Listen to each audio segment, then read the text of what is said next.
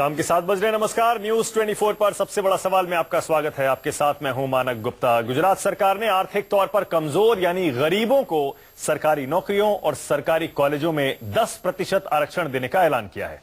आपको पता ही होगा, गुजरात के पटेल समुदाय ने आरक्षण की मांग के साथ पिछले 10 महीने से वहां बीजेपी का सिंहासन हिला रखा था, जिसका फायदा वहां विरोधी कांग्रेस को मिलता भी दिख रहा था। हालांकि पटेल समुदाय खुद को ओबीसी में शामिल किए जाने की मांग कर रहा था, लेकिन ओबीसी कोटे को छुए बिना गुजरात सरकार ने अब सामान्य वर्ग के लिए भी 10% का आरक्षण घोषित कर दिया है, जो उन परिवारों को मिलेगा जिनकी सालाना आय 6 लाख से कम है। यानी जो परिवार महीने के 50,000 तक कमाते हैं, उन्हें इस आरक्षण का फायदा होगा। आरक्षण जातिगत हो या आर्थिक आधार पर, यह पहले से बीजेपी और संघ के लिए एक बहुत ही नाजुक संवेदनशील मुद्दा रहा है। इसीलिए गुजरात सरकार की इस घोषणा के कई मायने निकाले जा रहे हैं। आज का सबसे बड़ा सवाल, पटेलों को आरक्षण देकर गुजरात का किला बचा लेगी बीजेपी, और गुजरात में आरक्षण के पीछे क्या संघ का एजेंडा है, इसी पर बहस होगी। लेकिन पहले आज का सबसे बड़ा सवाल, पटेलों को आरक्षण देकर गुजरात का किला क्या बचा लेगी बीजेपी, और गुजरात में आरक्षण के पीछे क्या संघ का एजेंडा है, इसी पर बहस करने के लिए बीजेपी से मेरे साथ यहां गोपाल कृष्ण अग्रवाल है, जो कि खुद एक चार्टर्ड अकाउंटेंट है, आंकड़ों को बहुत अच्छी तरह समझते हैं, आंकड़ों के खेल को। अभी आ रहा हूं सर, एक सेकंड में। आलोक शर्मा जी हैं कांग्रेस से, मेरे साथ आरएसएस के विचारक अवनिजेश अवस्थी हैं, जितेंद्र जैन हैं, जो कि रिजर्वेशन के विरोधी हैं, जातिगत आरक्षण के विरोधी हैं, और आप ये मानते हैं कि आर्थिक आधार पर अगर होना चाहिए आरक्षण, तो आर्थिक आधार पर होना चाहिए, गरीबों को मिलना चाहिए। और भी कई आधार हो सकते हैं। और मेरे साथ नीलेश पटेल जुड़ रहे हैं, जो कि पाटीदार आरक्षण आंदोलन समिति के सदस्य हैं। स्वागत है नीलेश जी आपका भी। पहला सवाल लेकिन आपसे है गोपाल जी। कुछ लोग ये कह रहे हैं कि ये मास्टर स्ट्रोक है, आपने कांग्रेस को भी बैकफुट पे कर दिया, क्योंकि कांग्रेस ये मुद्दा बड़ी जोर शोर से उठा रही थी, आपका सिंहासन हिला हुआ था 10 महीने से गुजरात में। दूसरा, आपने पटेलों को भी शांत कर दिया, क्योंकि वो आरक्षण मांग रहे थे, और तीसरा, आपने ओबीसी कोटे को भी नहीं छुआ, जिससे वो भी नाराज नहीं होंगे। लेकिन इस मास्टर स्ट्रोक के पीछे सच ये है, आपने ये जो आरक्षण दिया है गैर कानूनी है, सुप्रीम कोर्ट में जाके फंस जाएगा, वहां से रिजेक्ट हो जाएगा। इसीलिए सच्चाई ये है कि सिर्फ पॉलिटिकल स्टंट है गोपाल जी, सिर्फ पॉलिटिकल स्टंट है, कोई मतलब नहीं है। हम इस बात से वाकिफ नहीं रखते, क्योंकि पहली बात है कि जो सुप्रीम कोर्ट में जो रेस्ट्रिक्शन है, या कॉन्स्टिट्यूशन में भी कई लोग कहते हैं, वो रेस्ट्रिक्शन है कि क्लास बेस्ड आरक्षण 50% से नहीं होना चाहिए, और जब कास्ट बेस्ड आरक्षण नहीं होना चाहिए। यह जो है आर्थिक आधार पे जो आरक्षण की बात की है, राजस्थान में की है या गुजरात में की है, वो अक्रॉस द क्लास है, वो किसी कास्ट का नहीं। देखिए, अल्टीमेटली अगर ये जो आरक्षण वाला मुद्दा है, इसमें कॉम्प्लिकेशन तो है ही, प्रॉब्लम तो है ही। इसको अगर इतना एजिटेशन हो रहा है, तो आप क्या कहें कि युवाओं को एजिटेशन करने दिया जाए।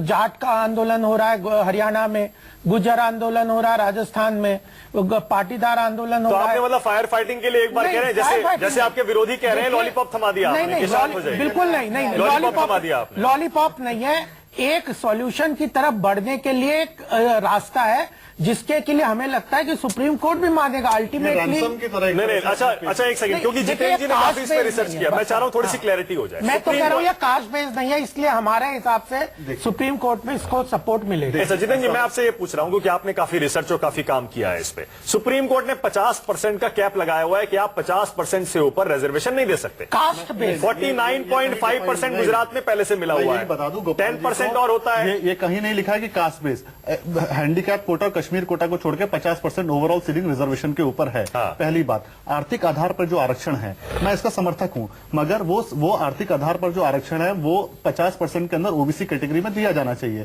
क्योंकि एक बात मैं सबको बताना चाहूंगा, ओबीसी नाम की कोई चीज कॉन्स्टिट्यूशन में है नहीं, एससीबीसी है, socially and educationally backward classes. और सुप्रीम कोर्ट में इंदिरा साहनी केस के अंदर 12 जज की जो कॉन्स्टिट्यूशन बेंच आज तक आरक्षण में सबसे बड़ी बेंच बैठी है, उसने साफ साफ ये कहा है कि जो आर्थिक पिछड़ापन है वो सामाजिक पिछड़ेपन का एक रूप है। तो अगर कोई व्यक्ति अगर सामाजिक रूप से पिछड़ा है, तो अगर वो आर्थिक रूप से पिछड़ा है तभी होगा। तो अगर आपको आर्थिक रूप से आरक्षण पॉलिटिकल स्टंट हुआ नहीं, तो ओबीसी हमें देना चाहिए उनको। अब मैं एक बात पूछूंगा, इससे पटेलों को आरक्षण कहां मिला? जो आप कह रहे हैं? नहीं, उसमें तो क्लियरली लिखा है सबके लिए है वो, हर जाति, हर धर्म, हर समुदाय के लिए, जो गरीबों के लिए। जो कास्ट कवर्ड नहीं है ऑलरेडी रिजर्वेशन में, SC ST OBC में, उनके अलावा जो लोग बचते हैं नहीं, उनको, अगर SC ST में भी कोई लोग बच गया, वो भी ओपन कैटेगरी के नहीं, वो नहीं कर सकते। जनरल कैटेगरी के लिए। SC ST are open on merit, they are eligible for open category. ये सबसे, ये बिल्कुल है, आप संविधान में पढ़ लीजिए। आप कोई भी ये जो ऑर्डर दिल्ली के अंदर इकोनॉमिकली वीकर सेक्शन स्कूलों में आरक्षण दिया जा रहा है, उसके अंदर SC ST डबल मिलेगा को है। नहीं तो वो तो उसमें अच्छा, एक सेकंड रुकिए। इसका मतलब ये, गोपाल जी, इसका मतलब ये हुआ, देखिए सुप्रीम कोर्ट में 50% का कैप है। इसका मतलब आपका ये अनाउंसमेंट हाई कोर्ट और सुप्रीम कोर्ट में जाके फंसने वाला है। इसीलिए हम कह रहे हैं पॉलिटिकल स्टंट है, सिर्फ एक लॉलीपॉप है। नीलेश जी, आपको भी यही लग रहा है कि पॉलिटिकल स्टंट है? क्योंकि आपकी हार्दिक पटेल अभी भी जेल में है, आपके नेता, बाकी सारे बाहर आ गए, लेकिन आपको भी लग रहा है 10% का सिर्फ लॉलीपॉप दिखाया है? सबसे पहले फंसने वाला है। सबसे पहले तो मैं आपकी चैनल का बहुत शुक्रिया अदा करता हूं। 9 महीने से गुजरात में मूवमेंट चल रही है, कोई इंटरनेशनल चैनल हमारा कोई मायना नहीं रखती है और हमें एक्सेप्टमेंट नहीं करती है। आज जो स्टेट अथॉरिटी ने एक 10% का पैकेज दिया है, मेरे सामने सब गुणी लोग बैठे हैं, मैं उन लोगों को पूछना चाहता हूं कि 49% रिजर्वेशन एंड 51% नॉन रिजर्वेशन है, ठीक है? तो इनमें से हम पाटीदार समाज 9-10 महीने से मूवमेंट चला रहे हैं, तो इनमें से हमारा 12% पॉपुलेशन के दौर पे हम आते हैं पाटीदार, 12%। तो 10% में से हमें 12% में इंटू करें तो हम 1.2 में आते हैं, ठीक है? तो 1.2% में हमें क्या हिस्सा मिल सकता है? ये 1.2% के लिए हम निकले हैं क्या? ठीक है। आप क्या साबित करना चाहते हैं? घोड़े और गधे को दोनों को साथ में दौड़ाना चाहते हैं क्या? इस तरह का शब्दों अरे एक सेकंड नीलेश जी, एक सेकंड घोड़े के पैर में नीलेश जी, आपकी भावनाओं की कद्र करता हूं, आपकी भावनाओं की कद्र करता हूं, आपका गुस्सा भी समझता हूं, फ्रस्ट्रेशन भी समझ रहा हूं, लेकिन प्लीज किसी और के ऊपर आप इस तरह का कमेंट ना करें जो उसकी भावनाएं आहत हो जाएं। एक चीज इसमें एक बहुत बड़ा पेच है। इसमें कहा गया है कि इसमें आर्थिक रूप से पिछड़ा कौन है। ये कह रहे हैं 6 लाख रुपए से कम। हाँ, मैं उस पर आऊंगा, अभी उस पर आऊंगा, लेकिन पहले उस पर आऊंगा, लेकिन मैं जरा थोड़ी पॉलिटिक्स समझ लूं। आलोक जी, आपको भी पता है इलीगल है, सुप्रीम कोर्ट में, हाई कोर्ट में फंस जाएगा, 50% से ऊपर आप दे नहीं सकते। आपने 20% की मांग कर दी। आप भी जिस पॉलिटिक्स में बीजेपी खेल रही है, आप भी उसी में 2 कदम आगे चले गए।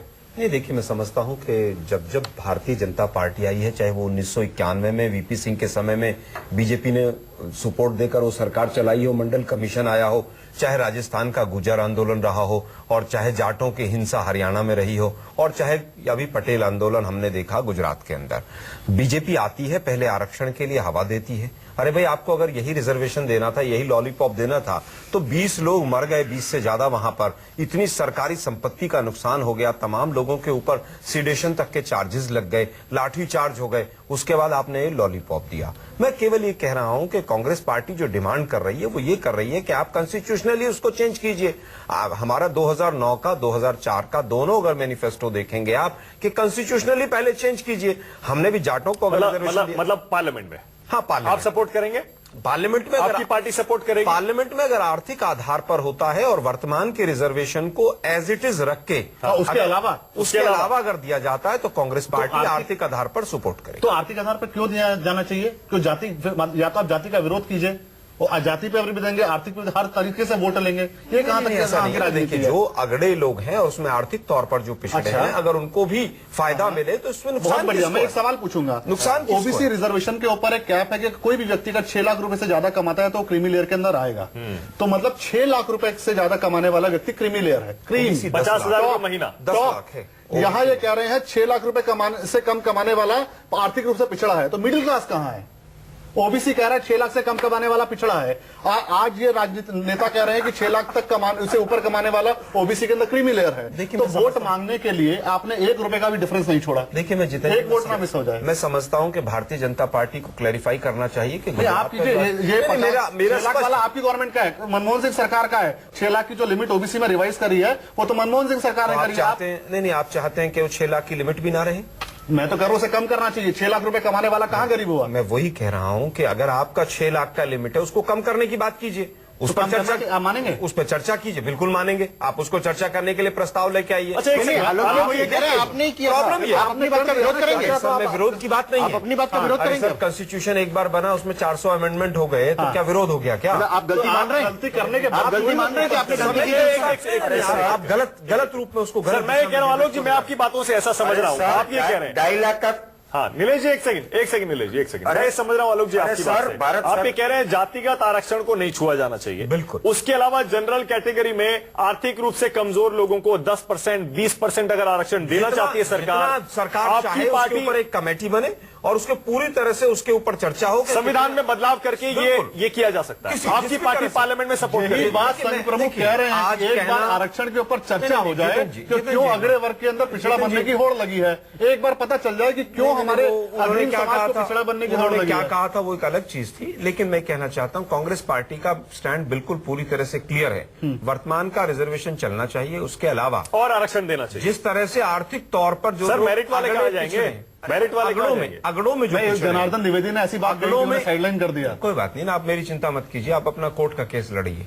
कांग्रेस पार्टी का जो स्टैंड है पूरी तरह से मैं क्लियर कर रहा हूं। किस आधार पर वर्तमान आपने का आरक्षण? अरे ठीक है, भैया सुन लीजिए, क्लियर सुन तो लीजिए, कर रहा हूं सुन ना, आप लीजिए। सुनना ही नहीं चाहते हैं। हाँ। आप तो वकील की तरह बात कर रहे हाँ, हैं। बोलिए। मैं सीधा सीधा ये कह रहा हूं कि आप माइनॉरिटी में आए जन समुदाय, आपने विरोध नहीं किया उसका। बिल्कुल मैंने विरोध किया और मैं नहीं। आरक्षण नहीं लेता हूं। नहीं, मैं नहीं कह रहा कि ये आप आपके लेने राहुल के गांधी लिए- ने 2 दिन के अंदर अरे भाई, आप जैन समुदाय के ऊपर आरोप मत लगाइए, हमने नहीं मैं मांगा। जैन समुदाय की नहीं, नहीं, क्या जैन- बात कर रहे हैं? जैन समुदाय ने 10 डेलीगेशन गए हैं AICC में, रोक दीजिए, अरे रुक आप जाइए। AICC के डेलीगेशन अरे आपके चुनाव से 1 हफ्ते पहले दिया है। एक हफ्ते अभी पहले आप नहीं पार्टी के आधार पर गए, आरक्षण की पिछले बात कीजिए। 25 साल से डेलीगेशन आए, मेरे पास रिकॉर्ड अरे, है। एक रुकिए ना, आप रुकिए।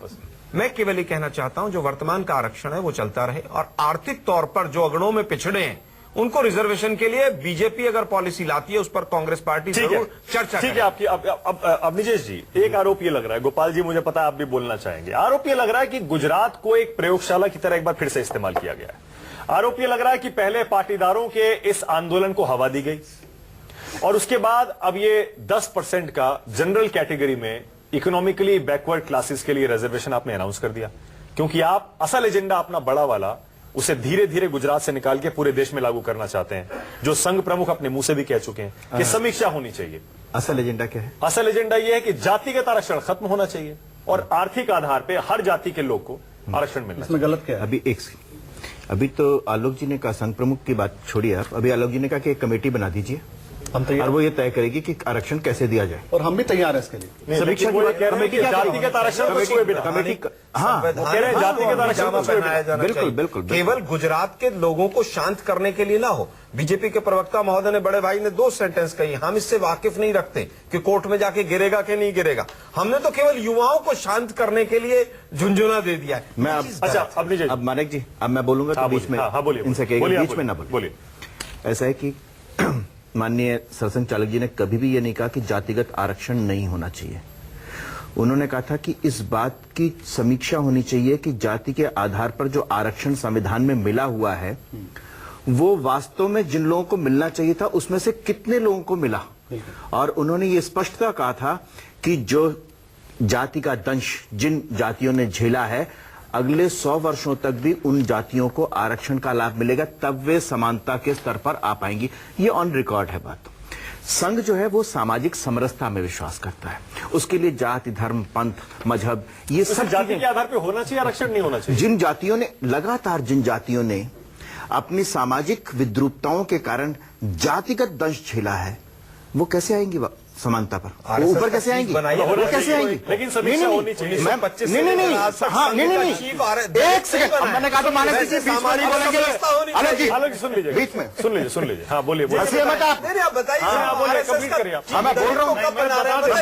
मैं बता सर, एक सेकंड। वो परिवार से नहीं बनता किसी, हमारे यहाँ अध्यक्ष किसी एक परिवार के लिए। रिजर्वेशन आपके यहाँ एक परिवार का, रिजर्वेशन आपके यहाँ एक परिवार का, एक परिवार का ही आदमी बन सकता है। आपके यहाँ तो, अरे आपके यहाँ तो जाति का नहीं, एक परिवार का आरक्षण है आपके यहाँ।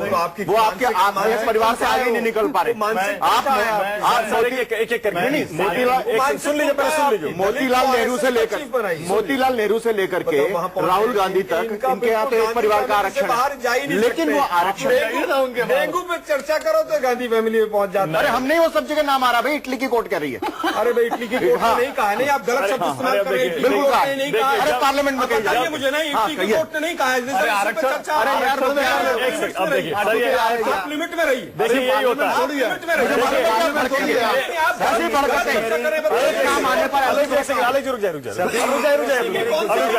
अब मैं सोच रहा हूँ ब्रेक क्या बोला। देखिए ब्रेक ले लेता हूँ, ब्रेक का टाइम भी हो गया सर। ब्रेक अरे एक सेकंड अरे एक सेकंड, अरे ये भी तो बोल रहे मैडम गांधी रिश्वत दी। अरे जितेंद्र जी अरे जितेंद्र जी एक सेकंड, पार्लियामेंट नहीं है। अरे एक सेकंड, मैं ऐसे ही रखूंगा। आलोक जी, जितेंद्र साहब, ये आरक्षण नहीं है। अरे जितेंद्र जी कोई भी ले सकता सर, एक सेकंड, मैं ये कह रहा हूँ। अब आरक्षण की बात सर सुन तो लीजिए। आप कह रहे हैं गांधी फैमिली ने रिश्वत। यार मैं कह रहा हूँ आरक्षण की बात कीजिए आप।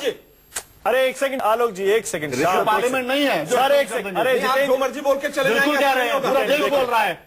एक सेकंड, मुझे ब्रेक लेना पड़ेगा, लेकिन मैं एक बार फिर से अपने दर्शकों से कह रहा हूं कि यहां कोई अगर किसी के ऊपर निजी आरोप लगाता है बिना किसी सबूत के, बिना किसी आधार के, उसके लिए हम जिम्मेदार नहीं है। हम अपने आप को उस बयान से अलग करते हैं। आप सबसे रिक्वेस्ट कर रहा हूं, प्लीज इसे निजी ना बनाएं, आप मुद्दे पे बात करें और एक बार में एक बोले। हमारे दर्शक देख रहे हैं, वरना वो अपने आप तय कर लेते हैं कि किसकी बात में दम है, किसकी में नहीं है। छोटा सा ब्रेक ले रहा हूं, सबसे बड़ा सवाल जारी है, देखते रहिए News 24।